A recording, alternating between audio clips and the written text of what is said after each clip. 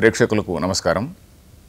మనం ఇప్పుడు భగవద్గీత 12వ అధ్యాయంలోకి అడుగు పెట్టబోతున్నాం. గత ఎపిసోడ్లో విశ్వరూప సందర్శన యోగము అనే పేరున్నటువంటి 11వ అధ్యాయాన్ని గత ఎపిసోడ్ వరకు తెలుసుకున్నాం. దాదాపు ఒక 3 ఎపిసోడ్స్లో ఈ విశ్వరూప సందర్శన యోగం అనేటువంటి అదొక పెద్ద అధ్యాయం అని చూసాము. ఆ అధ్యాయాన్ని మనం తెలుసుకున్నాం. ఆ అధ్యాయం చివరిలో కృష్ణుడు ఒక మాట చెప్పాడు, అనన్య భక్తి. ఈ అనన్య భక్తి ఉంటే తప్ప నీవు ఇట్లాంటి స్వరూపాన్ని నువ్వు చూడలేవు, భక్తితోనే ఇట్లాంటి స్వరూపాన్ని నువ్వు చూడగలవు అని ఒక మాట అన్నాడు. ఆ అనన్య భక్తి అంటే ఏమిటి అనే దాని గురించి కూడా మనం కొంచెం ఎక్స్ప్లెయిన్, ఆ పదం యొక్క అర్థాన్ని తెలుసుకున్నాం. అనన్య భక్తి అంటే ఏమిటంటే 2-3 స్థాయిల్లో అర్థం చెప్పారు. ఏమిటంటే, ఒకటి, భగవంతుని కన్నా నాకు మరొకటి అక్కర్లేదు, నేను భగవంతునికి సంబంధించిన ఆ కార్యక్రమాల్లోనే ఉంటాను, భగవంతుని సేవ తప్ప నాకు మరొకటి అక్కర్లేదు అనేటువంటిది అదొకటి. భగవంతుడు తప్ప నాకు ఇంకోటి అక్కర్లేదు అనేటువంటిది అదొక స్థాయి. అది కేవలం భక్తుడు చేసేటువంటి స్థాయి. అలా కాకుండా భగవంతుని కన్నా మరి ఏదీ లేదు, నా అన్యదస్తి, భగవంతుని కన్నా ఇంకొకటి లేదు, నా అన్యహ అంటే మరొకటి లేదు అని, అన్యహ అంటే మరొకడుని, మరొకటి, నా అన్యహ అంటే మరొకటి లేదు అని. సో నా ప్లస్ అనన్య అవుతుంది, నా వెళ్ళిపోయి అనన్య అవుతుంది. సో అనన్య భక్తి అంటే ఏంటంటే భగవంతుడు తప్ప ఇంకేదీ లేదు అనేటువంటి అదొక స్థాయి. తర్వాత నా స్వరూపమే, ఆ భగవంతుని స్వరూపమే నిజంగా నా స్వరూపం కూడా అని తెలుసుకోవడం, అది ఇంకొక స్థాయి అన్నమాట. సో ఈ 3 స్థాయిల్లో కూడా అర్థం చెప్పారు. సో అర్జునుడు అక్కడ 12వ అధ్యాయం మొట్టమొదట్లో ఒక ప్రశ్న వేస్తున్నాడు. ఏమిటంటే, ఇంతవరకు మనం ఏం చూసామంటే ఇదివరకు అధ్యాయాల్లో కూడా భగవంతుడిని 2 లెవెల్స్లో చూసాము. ఒకటి నిర్గుణ స్థాయి అనేటువంటిది ఒకటి చూసాము, అది 7వ అధ్యాయంలో చెప్పారు. తర్వాత 9వ అధ్యాయంలో రాజగుహ్య యోగం అనే దానిలో మత్స్థాని సర్వభూతాని నచమస్థాని భూతాని అని కొన్ని ఇంపార్టెంట్ శ్లోకాల్లో అక్కడ చూసాము. అక్కడ అంటే అది నిర్గుణ అంటే భగవంతునికి ఒక రూపము, తర్వాత ఆయన ఏదో దేవుడిని ప్రపంచాన్ని సృష్టించడము, శాసించడము, తర్వాత దుష్ట శిక్షణ, శిష్టరక్షణ, ఇవన్నిటి కూడా ఎలాంటి సంబంధం లేనటువంటి తత్వం అది. దాన్ని కేవలము సత్యము, జ్ఞానము, అనంతమని డిఫైన్ చేశారు. అది నిర్గుణ స్వరూపం. దానికి తర్వాత ఈ మేనేజ్మెంట్ ఆఫ్ ది యూనివర్స్, ఈ మేనేజ్మెంట్ ఆఫ్ ది యూనివర్స్కు వీటన్నిటికీ సంబంధం లేదు అనేటువంటిది నిర్గుణ స్వరూపం. మరి మన కన్వీనియన్స్ కోసం ఇంకొక సగుణ అనేటువంటి దాన్ని కూడా మనం భావించుకున్నాం. ఏంటంటే, ఈ యూనివర్స్ అంతా మనకు కనిపిస్తూనే ఉన్నది. ఈ యూనివర్స్ అంతా కనిపిస్తున్నప్పుడు ఇదంతా ఒక ఆర్డర్ ప్రకారమే నడుస్తున్నది. ఇది ఎలా వచ్చింది అని స్పెక్యులేట్ చేస్తే దానికి కూడా వేదాంతం ఏం చెప్తుందంటే, ఆ నిర్గుణ చైతన్యంలో నుంచి వచ్చినటువంటి ఒకానొక ఆ మేనిఫెస్టింగ్ పవర్ అనేటువంటిది, దాన్నే ప్రకృతి లేక మాయ అంటాం కదా. సో ఆ శక్తినే ఇదంతా కూడా అనేటువంటి దాన్ని ఒక భగవంతుడిగా మనం ఊహించుకుంటాం అనమాట. ఆ శక్తిలోనే మనం దాన్నే ఈశ్వరుడు అంటాము. దానిలోనే మనం ఇంకేదో సమాదర తత్వాలు, బ్రహ్మ, విష్ణువు, మహేశ్వరుడు, ఇట్లాంటివన్నింటినీ కూడా మనం భావించుకుంటాం అనమాట. అది ఈ స్థాయిని ఏమంటారంటే, దిస్ ఇస్ సగుణ స్థాయి అంటారు. అంటే ఒకటి నిర్గుణ స్థాయి అనేటువంటిది ఒకటి, రెండవది సగుణ స్థాయి అంటే లోవర్ లెవెల్. సో ఈ సగుణ స్థాయి అనే దానిలో మళ్ళీ దేర్ కెన్ బి 2 టైప్స్. ఒకటి ఏంటంటే, దానికి ఆకారము ఉన్నటువంటి దేవుడు కావచ్చు, ఆకారము లేనటువంటిది కావచ్చు. ఆకారము లేనటువంటిది ఏంటంటే, మన సిద్ధాంతంలో యోగ దర్శనము అని ఒకటి ఉన్నది, పతంజలి యోగ దర్శనము అని ఒకటి ఉన్నది. అలానే సాంఖ్య దర్శనము అని ఒక స్కూల్ ఉన్నది. సో యోగ దర్శనంలోను సాంఖ్య దర్శనంలోను చెప్పినటువంటి దేవుడికి రూపం అనేటువంటిది ఉండదన్నమాట. అలా కాకుండా మనకు మామూలుగా ఇంకా మనకు పురాణాల్లో, మామూలుగా మన ట్రెడిషన్లో, సొసైటీలో డెవలప్ అయినటువంటి అనేకమైనటువంటి ట్రెడిషన్స్ చూస్తే వాటిలో రూపాలు ఉన్నాయి. ఒక చోట విష్ణువు, ఒక చోట శివుడు, ఒక చోట మరొకటి. సో ఇవన్నీ కూడా మనం 7-8 అధ్యాయాలు చదువుకునేటప్పుడు అప్పుడు మనం చెప్పుకున్నాం అనమాట. వీటిని కూడా మన వాళ్ళు నిరాకరించలే. వీటిని మన వాళ్ళు ఏమన్నారంటే, అల్టిమేట్ లెవెల్లో this is not true, but నీకు ప్రాక్టికల్ లెవెల్లో ఇట్ ఈస్ ట్రూ అన్నారు. అందుకే మన వాళ్ళు 2 పదాలు వాడారు. ఒకటి అబ్సల్యూట్ రియాలిటీ అని ఒకటి, ఇంకోటి transactional reality are empirical reality అన్నారు. ఇంకా సంస్కృతంలో దాన్ని ఏమన్నారంటే, అబ్సల్యూట్ రియాలిటీకి పారమార్థిక సత్యం అన్నారు. పారమార్థిక సత్యం అంటే దిస్ ఈజ్ ద ట్రూత్, దానికి మించి ఇంకో ట్రూత్ లేదు. ఏమిటది? సత్యము, జ్ఞానం, అనంతం అనేటువంటిది అలాంటి డెఫినేషన్ అది. ప్రాక్టికల్ లెవెల్లో నువ్వు you call it anything. Practical level ఎందుకంటే, ప్రాక్టికల్ లెవెల్లో you call it Vishnu, you call it Shiva, you call it something else. అందుకని మనం గుర్తు తెచ్చుకుంటే, శంకరాచార్యులు ఆయన పంచాయతనము అనేటువంటి ఒక సిస్టమ్ను కూడా ప్రవేశపెట్టాడని ఇదివరకు 7వ ఎపిసోడ్లో నేను ఒకసారి చెప్పాను. అప్పుడు మనం ఇప్పుడు రికాల్ చేసుకుంటే, శంకరాచార్యుల కాలంలో అనేకమైనటువంటి దాదాపు 60-70 ట్రెడిషన్స్ ఉండేవంట మన లోకంలో, మన దేశంలో. ఎందుకంటే భరతవర్షము భరతఖండం అంటుంటాం కదా, భరతఖండం చాలా విశాలమైనది. ఆ విశాలమైనటువంటి భరతఖండంలో అప్పుడు దాదాపు 60-70 ట్రెడిషన్స్ ఉండేవట. ఆ ట్రెడిషన్స్ అన్నిటిని కూడా ఆయన అధ్యయనం చేసి వాటిని అన్నిటిని కూడా చూసి దానిలో కొన్ని అవైదికమైనటువంటి ట్రెడిషన్స్, కొన్ని అనాగరికమైనటువంటి ట్రెడిషన్స్, ఆ అనాగరికమైనటువంటి ట్రెడిషన్స్ అంటే జంతు బలులు, తర్వాత ఇట్లాంటి వాటితో కూడినటువంటిది, ఇంకా తర్వాత శవాలపైన కూర్చొని ప్రార్థనలు చేసేటువంటివి, ఇలాంటివి వీటన్నిటిని కూడా ఖండించి దేశంలో ముఖ్యంగా ప్రామినెంట్గా ఉన్నటువంటి 6 ట్రెడిషన్స్ను మాత్రమే ఆయన దాన్ని వ్యాలిడేట్ చేశాడు. వ్యాలిడేట్ చేయడం అంటే ఇవన్నీ కూడా ఉపనిషత్తులకు దగ్గరగా ఉన్నటువంటివి, ఉపనిషత్ సంప్రదాయానికి దగ్గరగా ఉన్నటువంటివి. అవి ఏమంటే విష్ణువు, శివుడు, తర్వాత సూర్య వర్షిపు, తర్వాత శక్తి, గణేశుడు, తర్వాత కుమారస్వామి, 6 ట్రెడిషన్స్ ఆ కాలంలో చాలా ప్రామినెంట్గా ఉండేవట. ఈ 6ంటిని కూడా ఆయన వ్యాలిడేట్ చేశాడు. తర్వాత మనకు ప్రతి ఒక్కడికి ఏదో ఇక మా దేవుడు గొప్ప అనేటువంటి దెబ్బలాట రాకుండా ఆయన ఇంకొక సిస్టమ్ ఒకటి ఇంట్రడ్యూస్ చేశాడు. అదేమిటంటే ఈ పంచాయతనము అనేటువంటి సిస్టమ్. పంచాయతనం అంటే 5, పంచ అంటే 5, ఆయతనం అంటే ఒక స్థానం అని, అంటే 5 దేవుళ్ళను ఒకే స్థానంలో పెట్టి పూజించడం అనమాట. మరి ఆ 6వ దేవుడు ఎందుకు లేదో నాకు తెలియలేదు, బట్ ఎనీవే పంచాయతనం అనేటువంటి సిస్టమ్ ఒకటి ఇంట్రడ్యూస్ చేశాడు.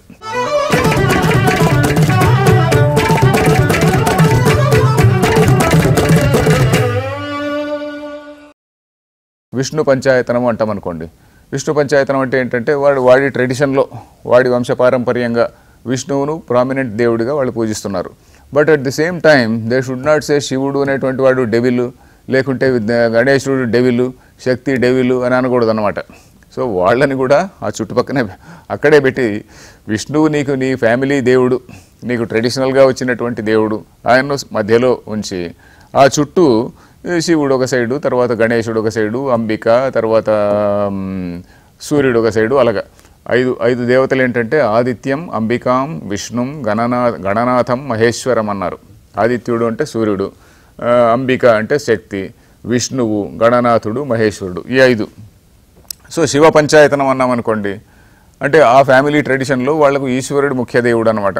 ఆ ఈశ్వరుడిని మధ్యలో పెడతారు. మధ్యలో పెట్టిన తర్వాత విష్ణువును వీళ్ళందరినీ కూడా చుట్టూరా పెట్టి దానికి రోజు అర్చన చేస్తుంటారు. So this is what is called పంచాయతనం. ఇదంతా ఎందుకు చెప్తున్నానంటే ఒక స్పిరిట్ ఆఫ్ టాలరెన్స్ను ఏ విధంగా మన రిలీజన్లో వీళ్ళు బిల్డప్ చేశారు అనేటువంటిది. మనకి ఇప్పుడంతా మనకు టాలరెన్స్ లేదు, అసహనం అని చెప్పని మన పైన విమర్శలు చాలా వస్తున్నాయి. కానీ మన సిద్ధాంతం చూస్తే A to Z మొత్తం అంతా కూడా స్పిరిట్ ఆఫ్ టాలరెన్స్తోనే ఉన్నది. మొట్టమొదట ఉపనిషత్తుల కాలం నుంచి తీసుకొని ఆ ఉపనిషత్తులు how they have influenced our religion, how they have influenced our practices, ఇవన్నీ చూస్తే, అంతేకాకుండా మధ్యలో వచ్చినటువంటి శంకరాచార్యులు కావచ్చు, రామానుజాచార్యులు కావచ్చు, మిగతా ఆచార్యులు వీళ్ళందరూ ఎస్టాబ్లిష్ చేసినటువంటి పద్ధతి అంతా చూస్తే A to Z ఇదంతా కూడా మొత్తము ఒక స్పిరిట్ ఆఫ్ టాలరెన్స్ని బిల్డప్ చేయడం కోసమే చేశారు. అంతేగాని ఒక ఇంటాలరెన్స్, ఫైటింగ్ వాతావరణాన్ని దాన్ని తగ్గించడం కోసం. అందుకనే ఈ పంచాయతనంలో ఈ విధంగా పెట్టారు. వాటిని అన్నిటిని కూడా పూజించాలి. మళ్ళీ ఆదిత్యుడిని పూజించాలి, అంబికను పూజించాలి, అందరికీ సంబంధించినటువంటి మంత్రాలు ఏదో చెప్పి దానిలో మంత్రాల్లో మళ్ళీ చాలా షోడశోపచార పూజలని ఉన్నాయి. అంటే 16 రకాలైనటువంటి ఉపచారాలు చేయాలట. సో ఆ పూజలన్నీ చేసి ఆ ఉపచారములు అంటే ఏమి లేదు, ఇంటికి ఎవరైనా వస్తే మనం వాళ్ళని ఆహ్వానిస్తామన్నమాట. సో ఆహ్వానం అనేటువంటిది ఒక ఉపచారం. వాళ్లకు ఏదో ఫలానా చోట come please come SIT here అని ఎక్కడో సోఫాలోనో ఎక్కడో కూర్చోబెడతాం. అది ఆసనం. ఆవాహనం, ఆసనం, పాద్యం. మనం ఈ కాలంలో కాళ్లకు నీళ్ళు ఇవ్వడం లేదు, పూర్వకాలంలో కాళ్లకు నీళ్ళు ఇచ్చేవాళ్ళు. ఎందుకంటే వాళ్ళు అంతగా నడిచి వచ్చేవాళ్ళు, ఎక్కడెక్కడి నుంచో నడిచి వచ్చేవాళ్ళు, కాళ్ళంతా దుమ్ము ధూళి కొట్టింటుంది, వాళ్ళు పాపం కాళ్ళు కడుక్కొని ఇంట్లోకి వచ్చేవాళ్ళు. So that is what is called పాద్యం. ఆవాహన, ఆసనం, పాద్యం, అర్ఘ్యం, ఆచమనం తథా స్నాన వస్త్ర ఉపవీతాని గంధ పుష్పేజ ధూపకం అని ఈ విధంగా ఏవో 2-3 శ్లోకాలు ఉన్నాయి. అంటే పాద్యము ఇచ్చిన తర్వాత మళ్ళీ ఇంట్లోకి పిలుచుకొని వచ్చి వాళ్ళకి ఏదో కొంచెం టిఫిన్ పెట్టడం, ఇవన్నీ ఉన్నాయి కదా. అదే పద్ధతిలో దేవుళ్ళను కూడా ఆరాధించడం అనేటువంటిది మన ట్రెడిషన్లో అలా ఉన్నది. సో ఇదంతా కూడా this is what is called భక్తి, this is what is called సేవ. సో ఈ సేవ అనేటువంటిది ఒక సగుణ భక్తి అనేటువంటిది సగుణ రూపానికి సంబంధించినటువంటిది. నిర్గుణ రూపానికి సేవ లేదు. ఇప్పుడు సత్యం జ్ఞానం అనంతం బ్రహ్మ అనే దానికి సేవ ఏమున్నది, ఏమీ లేదు. సో మనం దానిలో మనం ఏదో శివుడనో లేక విష్ణువనో ఏదో ఒకటి భావన గణేశుడనో ఏదో ఒక భావన చేసుకుంటే ఆ భావనను మనం ఒక పర్సనల్ రిలేషన్షిప్ పెంచుకుంటున్నాం అనమాట. ఓ ఈయన దేవుడు అనేటువంటి వాడు నా ఫ్రెండ్ ఫిలాసఫర్ గైడ్ అన్నట్టుగా మనం ఆ దేవుడితో ఒక పర్సనల్ ఈక్వేషన్ పెంచుకుంటున్నాం అనమాట. So this is what we find in our tradition. So అందుకనే ఆయన ఏదో మిగతా గెస్ట్ని పిలిచినట్టే పిలవడము, ఆయనకి ఏదో సీట్ ఇవ్వడము, దాన్ని పూజ చేయడము, ఇంకేదో నైవేద్యం అని పెట్టడము, ఆల్ దీస్ థింగ్స్. ఈ విధంగా మనకు భక్తి అనేటువంటిది మన ట్రెడిషన్లో భక్తి అనేటువంటి దాన్ని బిల్డప్ చేశారనమాట. సో ఇప్పుడు ఈ 12వ అధ్యాయంలో ఈ భక్తి అంటే ఏమిటి, భక్తి యొక్క స్వరూపం ఏమిటి అనే దాని గురించి కృష్ణుడు చెప్పబోతున్నాడు. ఇది కొంచెం చిన్న అధ్యాయమే, not a very big chapter. దీనిలో ఉండేదంతా కూడా 20 శ్లోకాలే. 20 శ్లోకాలు అయినా కూడా కొంచెం దీన్ని కొద్దిగా జాగ్రత్తగా మనం తెలుసుకోవాలి. ఎందుకంటే మిగతా వాటికి దీనికి కొంచెం తేడా ఉన్నది. ఇప్పుడు మనం కర్మయోగం ఉంటాం అనుకోండి, కర్మయోగ ఈజ్ సంథింగ్ మెకానికల్.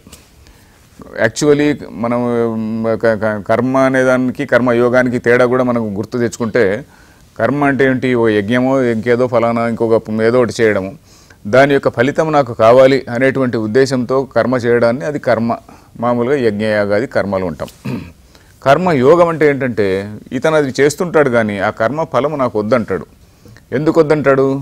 ఎందుకంటే ఆ కర్మ ఫలం అనేటువంటిది it is again tight to జన్మ.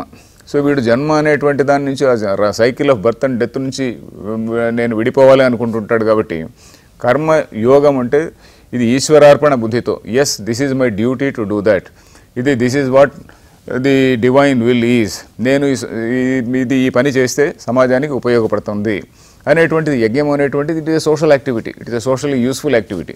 సో వీటిని ఈశ్వరార్పణ బుద్ధితో చేయడం అనేటువంటిది కర్మ. బట్ దానిలో మెకానికల్గా ఉంటుంది, అది దానిలో ఒక పర్సనల్ ఈక్వేషన్ అని దానిలో గొప్పగా ఏముండదు. తర్వాత ధ్యానం ఉన్నదనుకోండి, ఆ ధ్యానంలో కూడా భగవంతుని స్వరూపాన్ని గురించి ఆయన ఏదో జపము ధ్యానము చేయడం అనేటువంటిది ఉంటుంది. ఇక్కడ భక్తి అనేటువంటిది ఇంకొంచెం హయ్యర్ లెవెల్, వేర్ ఒక ఎమోషనల్ అటాచ్మెంట్. భక్తి is a more and emotional attachment. అందుకనే మనం దీన్ని భక్తి రసం అంటుంటాం. ఈ భక్తి గురించి ఇన్ఫ్యాక్ట్ మంచి నిజంగా ఎవరైనా భక్తులు స్వాములు చెప్తే ఇంకా చాలా బాగుంటుంది. ఎందుకంటే భక్తి గురించి నిజంగా మంచి భక్తులే చెప్పాలి. యాక్చువల్లీ నేనేదో టెక్నికల్గా చెప్తున్నా అనుకోండి. భక్తి రసం అంటున్నాం, మిగతా వాటిని దేన్ని భక్తి రసం అనం, కర్మ రసం అనము, లేకుంటే జ్ఞాన రసం అనము, ఇంకేదో ధ్యాన రసం అనము, కేవలం భక్తి రసం అంటాం. ఏదో శృంగార రసము వీర రసము అన్నట్టుగా. శృంగార రసం అంటే ఏంటి? మనం ఏదో తెరపైన ఒక మంచి సన్నివేశాన్ని చూసినప్పుడు మనమే అందులో ఇన్వాల్వ్ అయిపోయి, నీవే హీరో లేకుంటే నీవే హీరోయిన్ అన్నట్టుగా మనం ఇన్వాల్వ్ అయిపోయి, మనం వాళ్ళు హీరోయిన్లు పొందేటువంటి రసానుభూతిని మనం కూడా పొందుతాం అన్నమాట. ఆ అనుభూతి, ఆ ఎక్స్పీరియన్స్, ఆ రకమైనటువంటి ఎమోషనల్ అప్సర్జ్ అనేటువంటిది అది మనలో అది రావడాన్నే అది రసం అంటాం, రసానుభూతి అంటాం. అలానే వీరరసం మన హీరో గారు ఒక 100 మందితో కొట్టేస్తుంటాడు, 100 మందిని ఫైటింగ్ చేసి కొట్టిపాడేస్తుంటే మనం కూడా చాలా ఉత్సాహంగా మనమే కొట్టేసినట్టు ఫీల్ అయిపోతుంటాం. దట్ ఈజ్ అగైన్ రసానుభూతి. ఇంక ఇట్లాంటి రసాలు మనకన్నీ కూడా మనం చూసాం. శృంగార వీర కరుణ అద్భుత హాస్య భయానక అని రసాల గురించి చెప్పుకుంటూ వచ్చారు కదా. కరుణ రసం అనేటువంటి దాన్ని మళ్ళీ యాడ్ చేశారు, 9 రసాలు అన్నారు. బట్ ఈ భక్తి అనే దాన్ని రసం కింద చేర్చకపోయినా కూడా సంప్రదాయంలో మాత్రం మిగతా అన్నిటికంటే ఎక్కువగా గ్రంథాలు ఉండేది ఈ భక్తి రసం పైనే ఉన్నాయి. శృంగార కావ్యాలు గొప్పగా లేవు, ఏదో కొంతమంది రాసినాడు ఉన్నాయి. అలాగే కరుణ రసం ఇంకేదో 2-3 ఉంటాయి, అలాగే ఇంకేదో రసాన్ని గురించి. కానీ భక్తి రసాన్ని గురించి భక్తి రసంపై వందలాది పుస్తకాలు ఉన్నాయి, వందలాది భక్తులు ఉన్నారు. మీరాబాయి లాంటి వాళ్ళు పూర్తిగా ఆ భక్తి రసంలోనే మునిగి తేలినటువంటి మీరాబాయి, సూరదాసు ఇట్లాంటి భక్తుల గురించి అనేకమైనటువంటి కథలు మనం చూస్తూనే ఉంటాం. ఈ ట్రెడిషన్ మనకు చాలా గొప్పగా ఉంది. సో ఈ ట్రెడిషన్ గురించి చెప్పాలంటే ఇది ఒక పెద్ద ఓషన్ లాంటిది. దీనిలో ముఖ్యంగా మనకు భక్తి సూత్రాలు అనేటువంటివి కొన్ని ఉన్నాయి.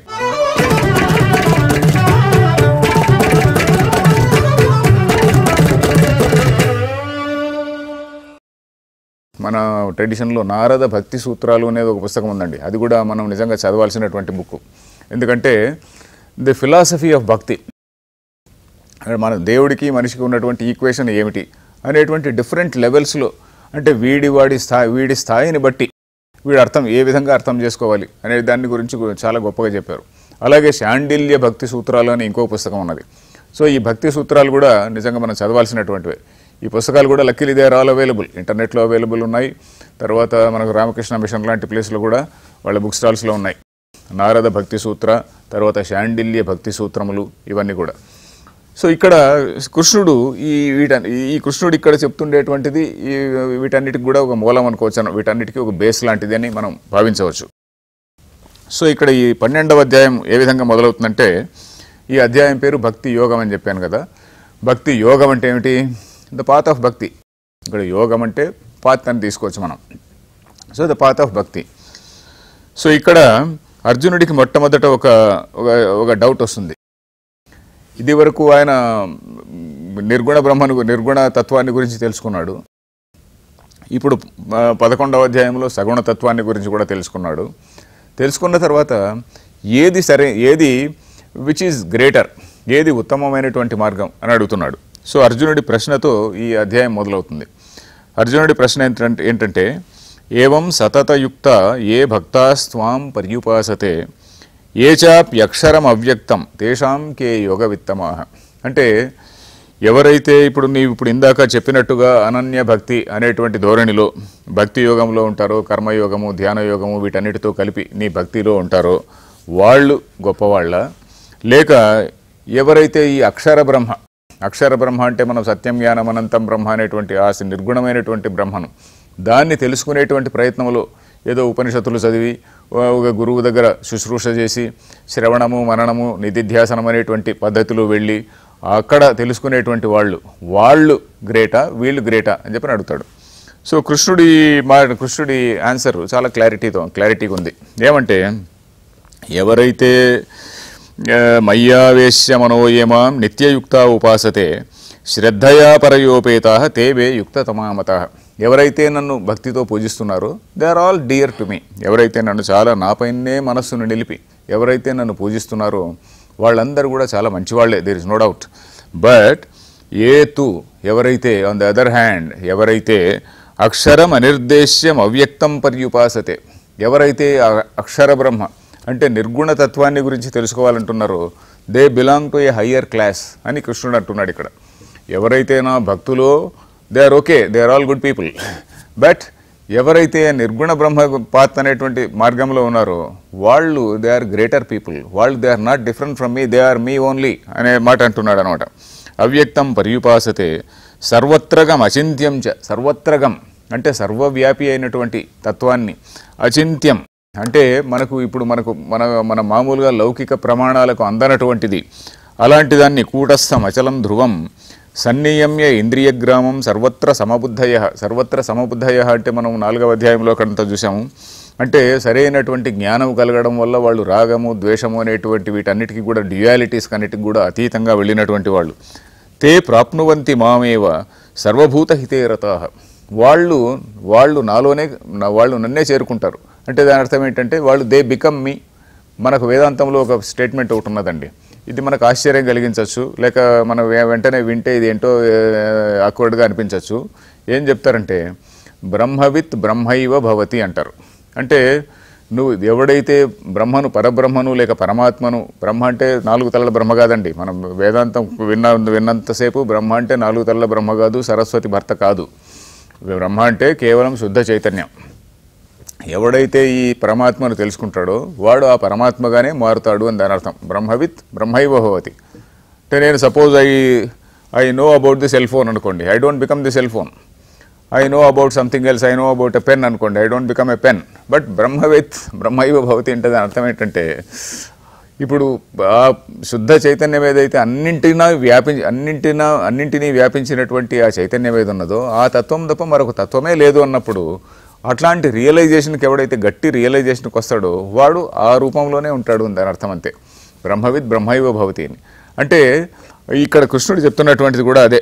తే ప్రాప్నువంతి మామేవ అండ్ సర్వభూత హితేరతాః. వీళ్ళు ఎలాగుంటారు? సర్వభూత హితేరతాః. జ్ఞాని అయినటువంటి వాడు అన్ని ప్రాణుల్ని ప్రేమిస్తాడంట. This is another thing which we saw.